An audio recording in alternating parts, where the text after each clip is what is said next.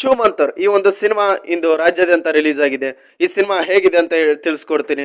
ಮೊದಲನೇದಾಗಿ ಈ ಒಂದು ಸಿನಿಮಾನ ಡೈರೆಕ್ಟ್ ಮಾಡಿರೋದು ನವನೀತ್ ಅವರು. ಇವರು ಕರ್ವ ಅನ್ನೋ ಸಿನಿಮಾನ ಡೈರೆಕ್ಟ್ ಮಾಡಿದ್ರು. ಆ ಸಿನಿಮಾ ದೊಡ್ಡ ಬ್ಲಾಕ್ ಬಸ್ಟರ್ ಹಿಟ್ ಆಗಿತ್ತು ಅಂತಾನೆ ಹೇಳ್ಬೋದು. ಸೊ ಈ ಒಂದು ಸಿನಿಮಾದಲ್ಲಿ ಕ್ಯಾಸ್ಟ್ ಆಗಿ ಶರಣ್ ಅವ್ರು ಇದ್ದಾರೆ. ಮತ್ತೆ ಶರಣ್ ಅವ್ರ ಜೊತೆ ಚಿಕ್ಕಣ್ಣ ಅವರು, ಅದಿತಿ ಪ್ರಭುದೇವ್ ಅವರು, ಮೇಘನಾ ಗಾಂಕರ್ ಅವರು ಈ ಒಂದು ಸಿನಿಮಾದಲ್ಲಿ ಮುಖ್ಯ ಪಾತ್ರದಲ್ಲಿ ಇದ್ದಾರೆ ಅಂತಾನೆ ಹೇಳ್ಬೋದು. ಈ ಒಂದು ಸಿನಿಮಾ ನಡೆಯೋದು ಒಂದು ಹಾಂಟೆಡ್ ಹೌಸ್ ನಿಂದ. ಆ ಒಂದು ಹೌಸ್ ಅಲ್ಲಿ ಅಂದ್ರೆ ಒಂದು ಫ್ಯಾಮಿಲಿ ಹೋಗುತ್ತೆ.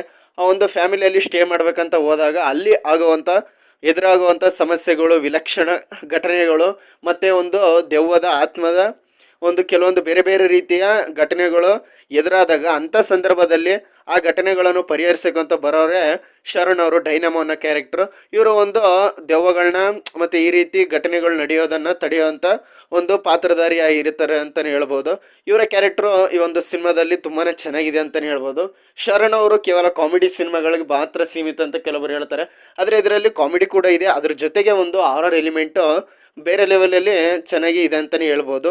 ಹೀಗಾಗಿ ಇದೊಂದು ಡೈನಮೋ ಅನ್ನೋ ಕ್ಯಾರೆಕ್ಟರ್ ಈ ಒಂದು ಸಿನಿಮಾದ ಪೂರ್ತಿ ಆವರಿಸ್ಕೊಳ್ಳುತ್ತೆ. ಆ ಒಂದು ಏನಾಗಿದೆ ಆ ಒಂದು ಮನೆಯಲ್ಲಿ, ಏನೇನು ಆತ್ಮ ಇದೆಯಾ ಇಲ್ವಾ ಅನ್ನೋದನ್ನ ತೋರಿಸ್ಕೊತಾ ಹೋಗುತ್ತೆ. ಸೊ ಹೀಗಾಗಿ ಈ ಒಂದು ಸಿನಿಮಾದಲ್ಲಿ ಕೇವಲ ಹಾರರ್ ಎಲಿಮೆಂಟ್ ಮಾತ್ರ ಅಲ್ಲದೆ ಕಾಮಿಡಿ ಕೂಡ ಜಾಗ ಕೊಟ್ಟಿದ್ದಾರೆ. ಹೀಗಾಗಿ ಒಂದು ಸಿನಿಮಾ ತುಂಬಾನೇ ಚೆನ್ನಾಗಿದೆ ಅಂತಾನೆ ಹೇಳ್ಬೋದು. ಆಕ್ಚುಲಿ ಕರ್ವ ಸಿನಿಮಾನ ನಾನು ನೋಡಿದ್ದೆ. ಆ ಸಿನಿಮಾ ನಾನು ಸಿಕ್ಕಾಪಟ್ಟೆ ಇಷ್ಟ ಆಗಿತ್ತು. ಆದರೆ ಇದು ಅದಕ್ಕಿಂತ ಒಂದು ಲೆವೆಲ್ ಸ್ವಲ್ಪ ಜಾಸ್ತಿನೇ ಇದೆ ಅಂತಲೇ ಹೇಳ್ಬೋದು. ಈ ಒಂದು ಸಿನಿಮಾದ ಟ್ರೈಲರು, ಟೀಸರ್ ನೋಡಿದಾಗ ತುಂಬ ಜನ ಕೊಂಡಾಡಿದರು.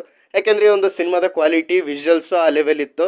ಸೊ ಹೀಗಾಗಿ ವಿಜುವಲ್ಸ್ ತಕ್ಕಾಗೆ ಒಂದು ಫ್ರೇಮ್ಸ್ ಕೂಡ ಇದೆ ಅಂತಲೇ ಹೇಳ್ಬೋದು. ಯಾಕೆಂದರೆ ಒಂದು ಹಾಲಿವುಡ್ ಲೆವೆಲನ್ನು ರೀಚ್ ಮಾಡಿದ್ರು ಇವ್ರು ಆ್ಯಕ್ಚುಲಿ. ಯಾಕೆಂದರೆ ಬೇರೆ ಬೇರೆ ಸಿನಿಮಾಗಳು ಒಂದು ಮಟ್ಟಿಗಾದರೆ ಇದು ಒಂದು 90ಸಲ್ಲಿ ಕೆಲವೊಂದು ಸ್ಟೋರಿ ಹೊಂದಿರುತ್ತೆ ಅಂತಲೇ ಹೇಳ್ಬೋದು. ಯಾಕೆಂದರೆ ಆ ಒಂದು ದೆವ್ವ, ಅದೊಂದು ಆತ್ಮ ಏನಕ್ಕೆ ಬಂತು, ಅದ್ರ ಇರೋ ಕಾರಣ, ಇದೆಲ್ಲ ಸ್ವಲ್ಪ ತುಂಬ ಚೆನ್ನಾಗಿದೆ. ಮತ್ತು ಈ ಒಂದು ಸಿನಿಮಾದ ಇಂಟರ್ವೆಲ್ ಬ್ಯಾಂಗ್ ಅಂತಲೇ ಹೇಳ್ಬೋದು. ಇಂಟರ್ವೆಲ್ ಟ್ವಿಸ್ಟು ತುಂಬ ಚೆನ್ನಾಗಿದೆ. ನಂತರ ಏನೇನಾಗುತ್ತೆ ಅನ್ನೋ ಕ್ಯೂರಿಯಾಸಿಟಿನೇ ಬೆಳೆಸ್ಕೊಂಡು ಹೋಗುತ್ತೆ.